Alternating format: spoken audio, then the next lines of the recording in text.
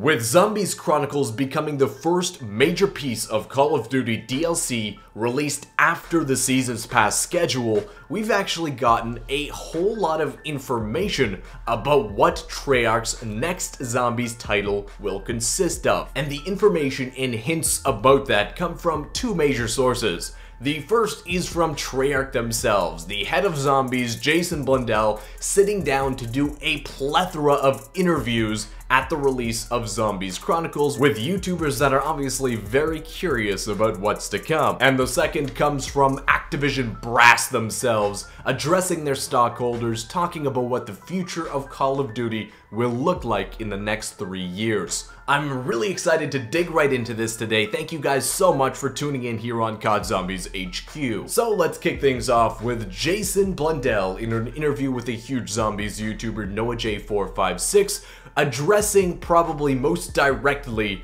what the future holds for Zombies in 2018, and most specifically giving us something to compare what's coming to. Just take a listen.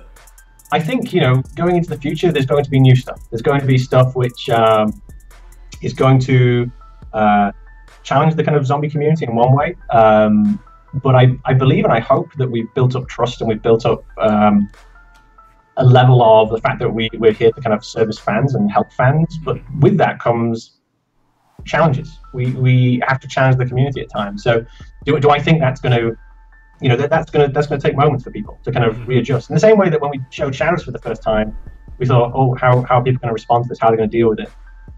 There's this expectation that you kind of carry on doing the same thing, right? Sometimes you need to move away from that. Sometimes you need to break with expectation. And so I'm not sure. I don't know. But I do know it's very exciting and it's different. And yes, I hope that people will, going into whatever happens next, we'll look back and say, okay, good decisions were made here. So this actually gives us a pretty good frame of reference about what Zombies in 2018 will look like, at least for the first map, where Blundell compared what 2018 Zombies will be to Shadows of Evil in Black Ops 3. And what this tells us is that the next Treyarch Zombies game will be a big departure from what we're used to in the Seasons Pass maps in Black Ops 3. That being, I think it's safe to say, traditional settings for zombies, that being in World War II battlegrounds, and secondly with the crew that we've grown to know and love, Nikolai, Takio, Dempsey, and Richtofen, I don't think will be featured in the first map, just as the Shadows of Evil crew was featured in the first map in Black Ops 3. And sticking on the topic of the crew for the next Treyarch Zombies game, we can kind of do a little bit of deduction to determine who that crew won't be. And that being because of a remark that Jason Blundell made, it seems unlikely that the next crew will be the Tranzit crew again. I think we are going to be done with those characters after this, and here's why. Just take a listen. It's like the Transit characters, right? There's maps that the Transit characters on that I would love to go back and to play with and do fun things with.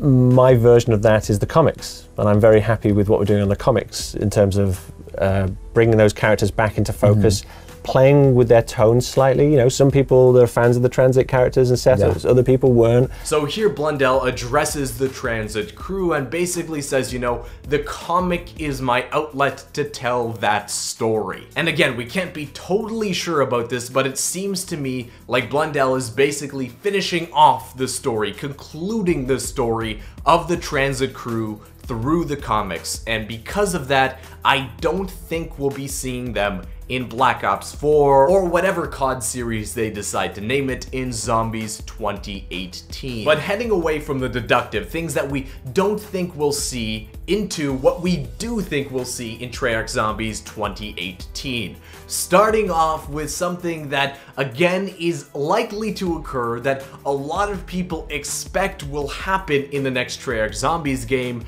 and that is a remaster of Mob of the Dead. We didn't get it in Zombies Chronicles, and Jason said there is a very almost self-evident reason for that. Just take a listen. But yeah, Mob, I can't say too much, but what I would say is I'm sure there's another purpose for that at some point. Yeah. Okay. Yeah. All right. So I didn't feel it thematically fit in the pack, and yeah, who knows? Who knows?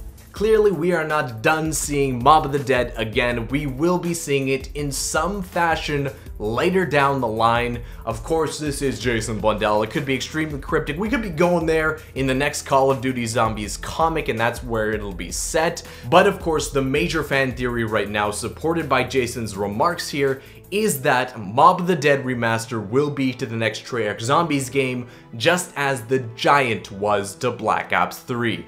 A pre-order bonus, a remaster of an old fan favorite that will give players that dose of nostalgia, that traditional Zombies experience, to complement that new and very different experience that they'll be releasing in the new map with the next Zombies game. And I think that's a fantastic idea from Treyarch's point of view. I think you guys can agree with me when I say if Shadows of Evil was the only map released with Black Ops 3 at launch, I think players would be much more disappointed in it if we didn't get to see the 04 crew again. That Shadows of Evil in look and feel was very different from the experience we got, especially in Origins in Black Ops 2, but the remaster of Der Riese helped satisfy our craving for that traditional Zombies experience while introducing us to totally new things in Shadows of Evil. That seems like the best and most safest route to take, and that's why a lot of people believe that Mob of the Dead will be remastered as the bonus map in the next Treyarch Zombies title. Now moving over to the Activision side of things, we got a nice look into the mind of the higher-ups at Activision's through their quarterly meetings at their investor conferences. And it was there that Activision obviously acknowledged something that was very apparent with the release of Infinite Warfare. Just take a listen. Last year, I don't think we got that balance right. Infinite Warfare had a ton of great gameplay innovations that many of our fans appreciated and loved, but it also had a setting that didn't appeal to all of our fans. The good news is that I'm excited to say that in 2017, we think we have this balance in perfect harmony. So their Activision CEO acknowledged that Infinite Warfare's setting didn't appeal to fans. So then, what can we expect in the future? And without discussing too much about what else we've got in the Call of Duty pipeline, I can also tell you that we're confident our fans are going to love those games as well, and we've never been more excited, either creatively or commercially, about our 3-year Call of Duty slate. Combining these two statements, the acknowledgement that the future setting is something that fans don't want right now, and his positive outlook on the next development cycle for Call of Duty, obviously gives us the impression that we won't be going back to the future setting, at least in the next 3 years, beginning with Call of Duty World War II, and then obviously the next Treyarch game. For Zombies, that leaves us in a very exciting place, because as we know, especially with Black Ops 3, the setting for Zombies maps is up to the Zombies team.